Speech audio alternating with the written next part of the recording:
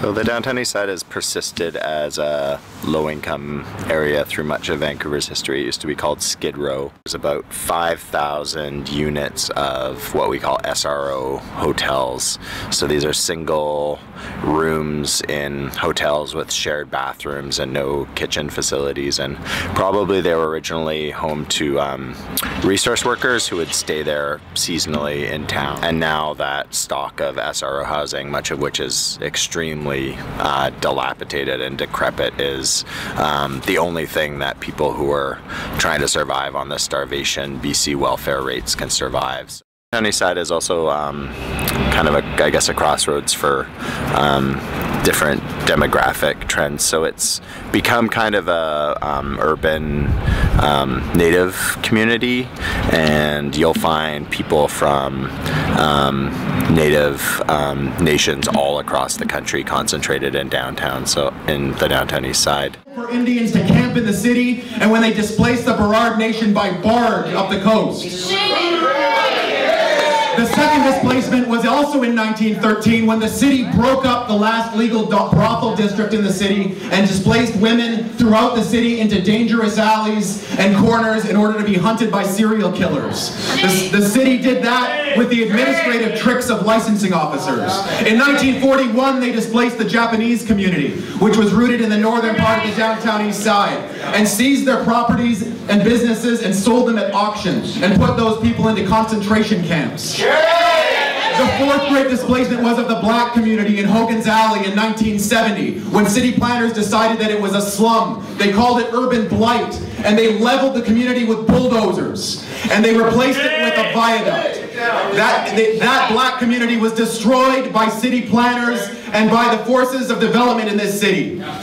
All of these things have something in common that we're looking at now. Every one of those great displacements has happened at a time of rapid urban development. Every one of them has happened at a time of economic boom or economic collapse. And every time they have talked about the people who they're going to displace by calling them names, by calling their communities a ghetto, or calling them slums, or calling them junkies, or calling them whores, or calling it 4 blocks of hell. And every time that violent language came right before they came in with bulldozers and knocked the communities down and drove people out. And we know what the violent impacts have been and how much death and suffering has resulted from those 4 displacements that have come before. So we can say now, the city and every one of those moments could have acted to stop those displacements from happening. And today, they could act to stop this one as well.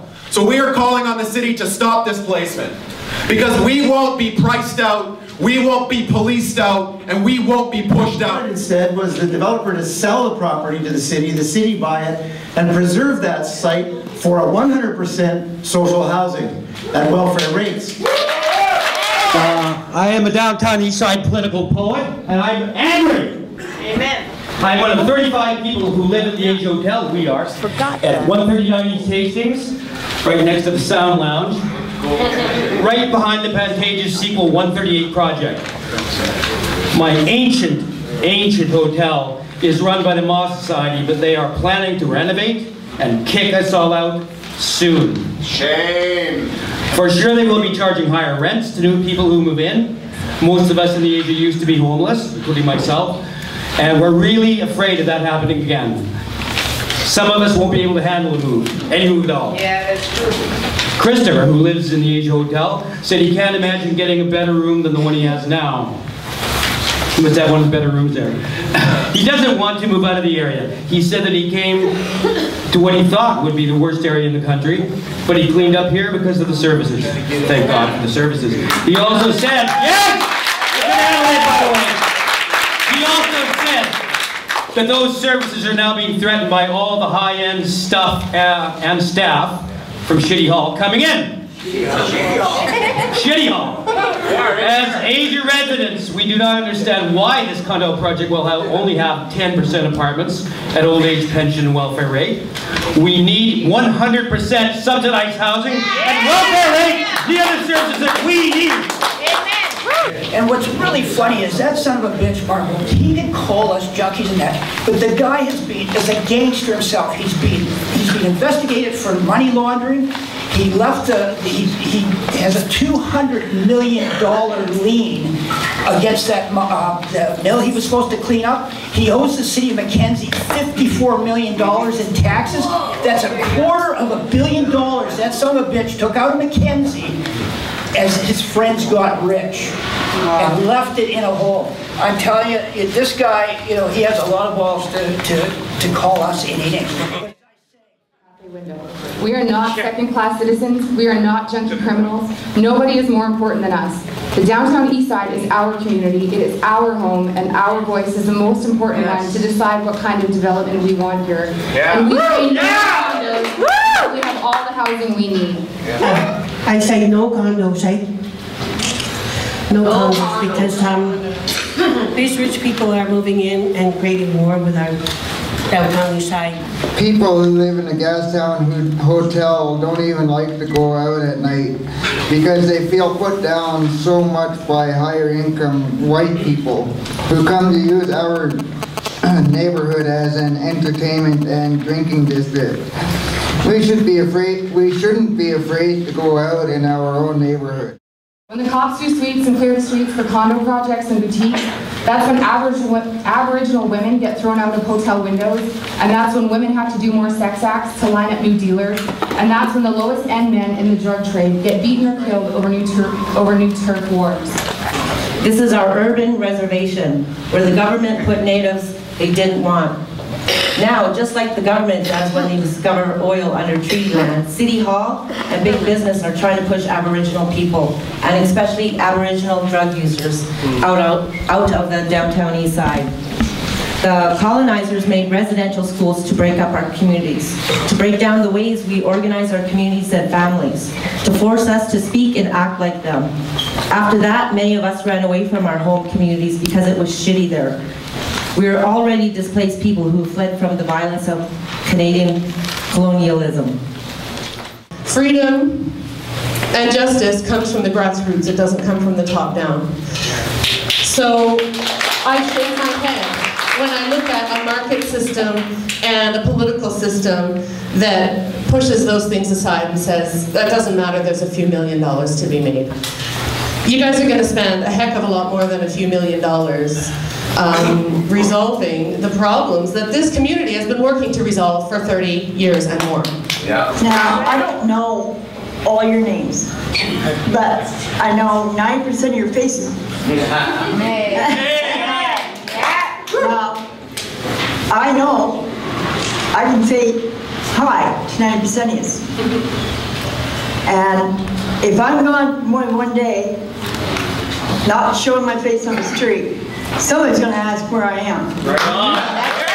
I swear that we got a bunch of addicts on City Hall, on City Council. Seriously, they're not here. Where are they? They must be tweaking somewhere.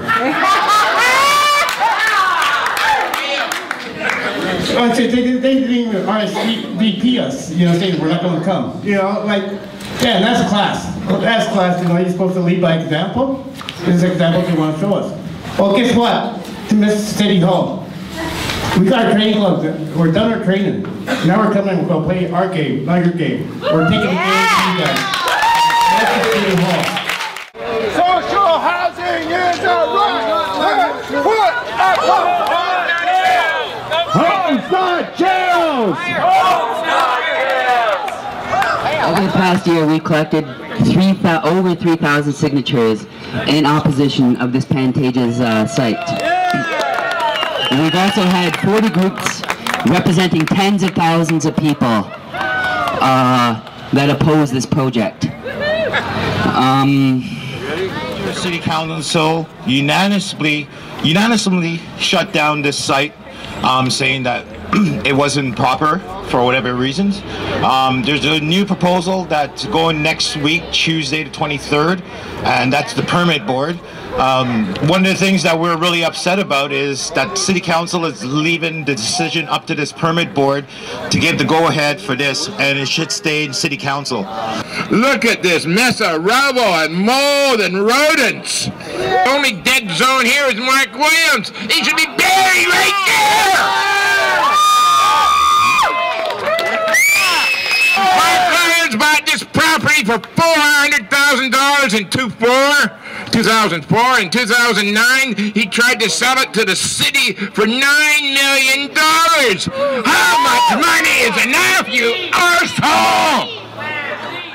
Landlords, capitalists, and Mayor Gregor Robertson. And the reason that we are here is because this city council, as do many governments, took away our political voice. We are here to take our political voice back, and I hope I speak for everyone here in this room.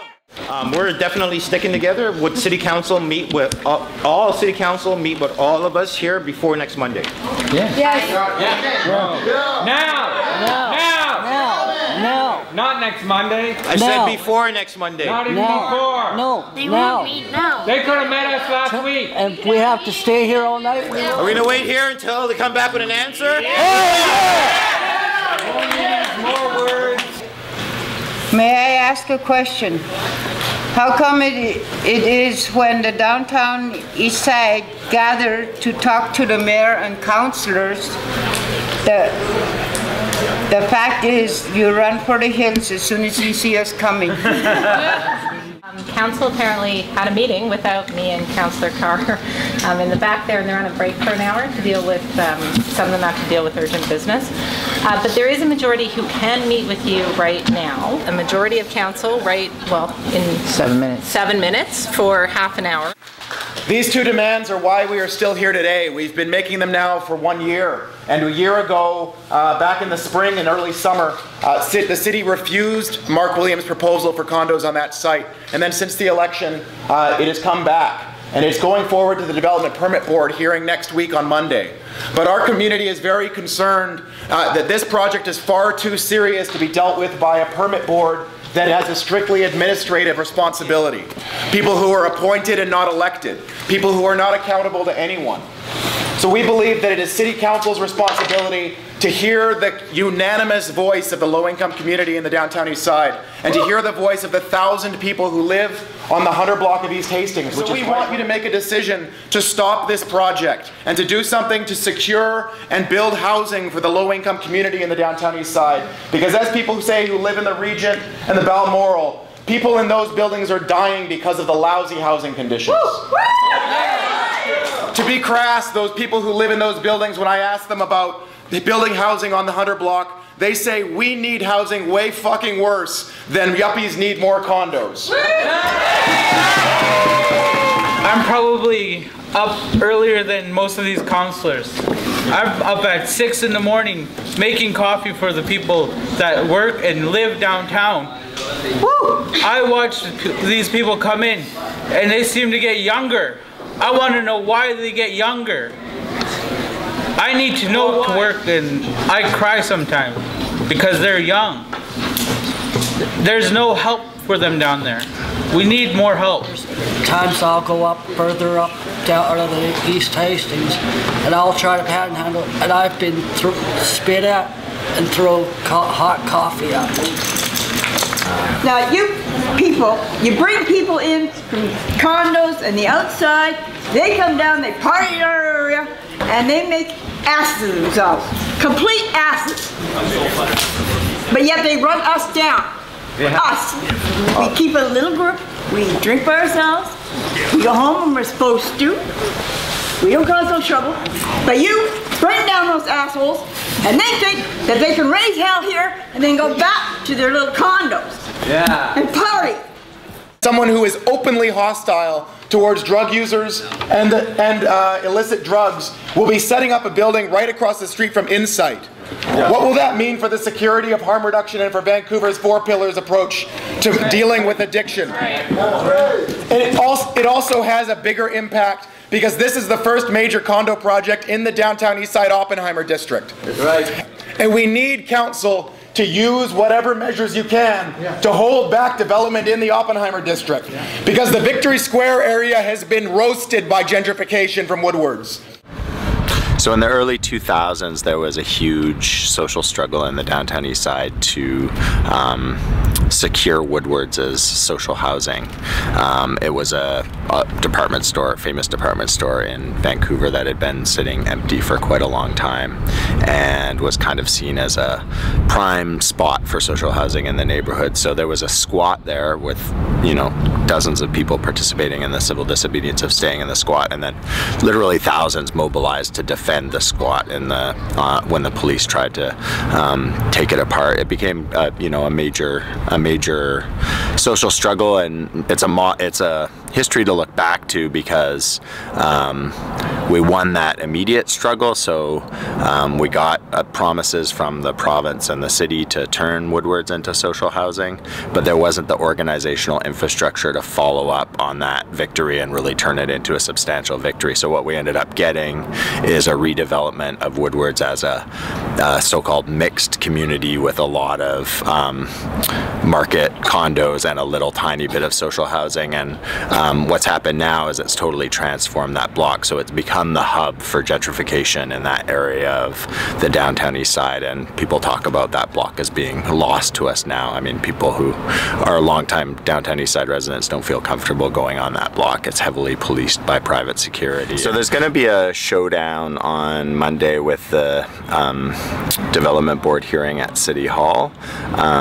It's not clear to me that we have a very good chance of actually preventing the development at that point, given that that Development Board is really developer controlled. So they're really not very responsive to the interests of the community. But I think we've built enough of a sense of struggle around this that people are talking about that they're not going to let the development go ahead, even if it passes at the hearing. And people are talking about civil disobedience to prevent construction on the site and just prevent the developer from putting his profits over the interests of the community. So I think that's going to materialize, and I think the exciting thing about this, again, in contrast to and learning some of the lessons from Woodwards, is we have the Downtown Eastside Neighbourhood Council, which is a really powerful vehicle for sustaining these struggles past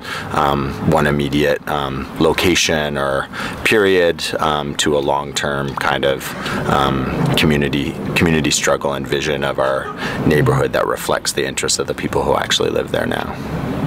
I want to make a quote from one of my heroes, Martin Luther King, and he said, "A riot is the voice of the unheard." And no, I'm not calling for a riot, but this is like a passive riot, and this is why we're here, because we feel like we're being unheard, and you guys are councillors, please hear us and please hear our cries. Thank you. Thank you very much.